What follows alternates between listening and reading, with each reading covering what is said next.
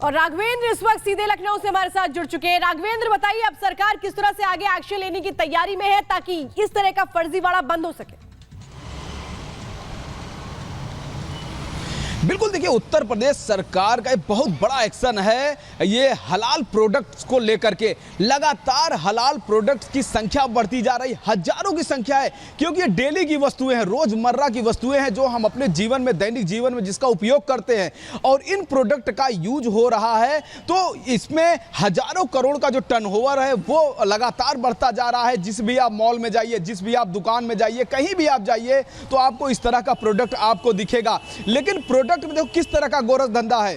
जब इसको जहां से सर्टिफिकेट प्रोवाइड होता है, कुछ 4-6 कंपनियां हैं या संस्थाएं हैं जो प्रोडक्ट देती है, उसमें एक नाम है जमीयत उलेमा ए हिंद हलाल ट्रस्ट, जो सर्टिफिकेट देती है। और यह भी कहा जाता है कि कोई भी कंपनी चली जाए वहां पर 60,000 1 लाख रुपए घूस दे दे तो उसको सर्टिफिकेट मिल जाता है। आप सोचिए, घूस देने के नाम पे सर्टिफिकेट आपको मिलता है, उसके बाद आपके प्रोडक्ट में क्या क्वालिटी है, उसकी स्थिति क्या है, उसकी सत्यता क्या है, उसमें जो उसके क्वांटिटी के साथ क्या आप खेल रहे हैं, किस तरह के लोगों को आप खिला रहे हैं वो प्रोडक्ट, इस पे कोई जांच नहीं है, वो अपने हिसाब से चल रहा है।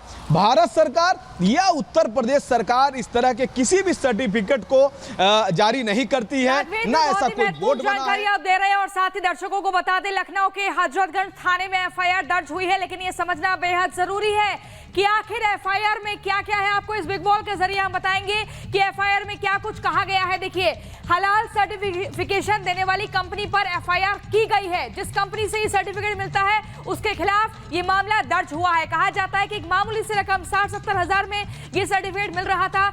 हजरतगंज कोतवाली में ये मामला दर्ज हुआ है जो कि लखनऊ में है।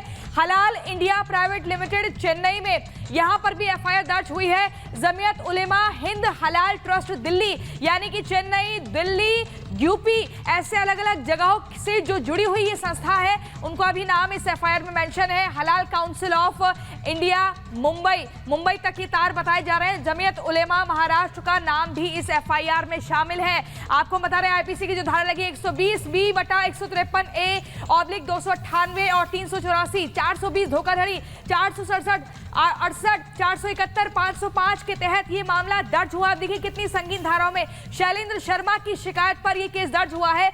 मजहब के नाम पर आर्थिक छल किया गया है और तभी ये संगीन धारा लगी है। ऐसे प्रोडक्ट जन आस्था के साथ एक बड़ा खिलवाड़ है और वहीं सख्त कार्रवाई होगी। विशेष वर्ग को प्रभावित करने का ये फरेब रचा गया है। बिना मानक के दिए जा रहे थे प्रमाण, अनुचित लाभ से राष्ट्र विरोधी तत्वों को फायदा होगा, ये भी मान लीजिए। अनुचित लाभ पहुंचाने का लगातार प्रयास किया गया और ये राष्ट्र विरोधी तत्वों को फायदा पहुंचेगा, इस तरह की भी जानकारी मिल रही है। तो एफआईआर में क्या कुछ है ये हमने आपको बताया। संगीन धाराओं में मामला दर्ज हुआ है, लेकिन तार कहां तक फैले हुए थे। न सिर्फ यूपी का ही मामला है, चेन्नई, मुंबई, दिल्ली तक का एफआईआर में जिक्र है। लेकिन इसी बीच एक और बड़ी खबर आ रही है और वो आपको बताएंगी मेरी सहयोगी श्वेता। बिल्कुल प्रियंका, प्रतिक्रियाएं सामने आ रही हैं। वीएचपी प्रवक्ता विनोद बंसल जो साफ तौर पे कह रहे हैं, जिस तरह से ये मामला सामने आया है ये देश का आर्थिक चीरहरण है। क्या कह रहे हैं, सुनते हैं।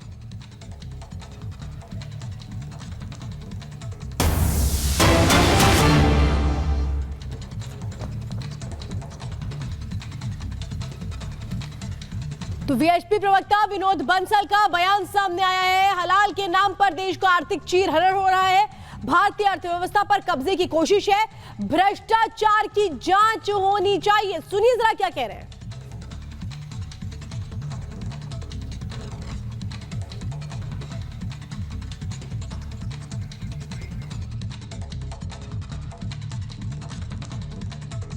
हलाल के नाम पर देश की आर्थिक चीरहरण में लगे हुए हैं और पैरेलल एक अर्थव्यवस्था खड़ा करने का कुत्सित प्रयास कर रहे हैं। अनेक बार इस बारे में आवाज उठी है, लेकिन दुर्भाग्य से अभी तक कोई कदम नहीं उठाया गया। हलाल वो एक ऐसा शब्द है जिसके माध्यम से ये इस्लामिक जिहादी तंजीमें व्यापारी वर्ग से मोटी रकम ऐंठते हैं और अनाधिकृत रूप से उनको एक फर्जी सर्टिफिकेट इश्यू करते हैं और जो मोटी रकम ऐंठते हैं वो मोटी रकम ज़कात के माध्यम से और अन्य माध्यमों से इस्लामिक जिहादी कार्यों में, आतंकवादी संगठनों को पोषित करने में और देश विरोधी कृत्यों में लगी जाती है। आप देखिए कि हलाल के बारे में सामान्य तौर पर जनता ये समझती है कि शायद कोई खाने पीने की वस्तु के बारे में बात कर रहे हैं, शायद मीट के बारे में बात कर रहे हैं, लेकिन ऐसा नहीं है। हलाल अब तो साबुन, टूथपेस्ट, ब्रश और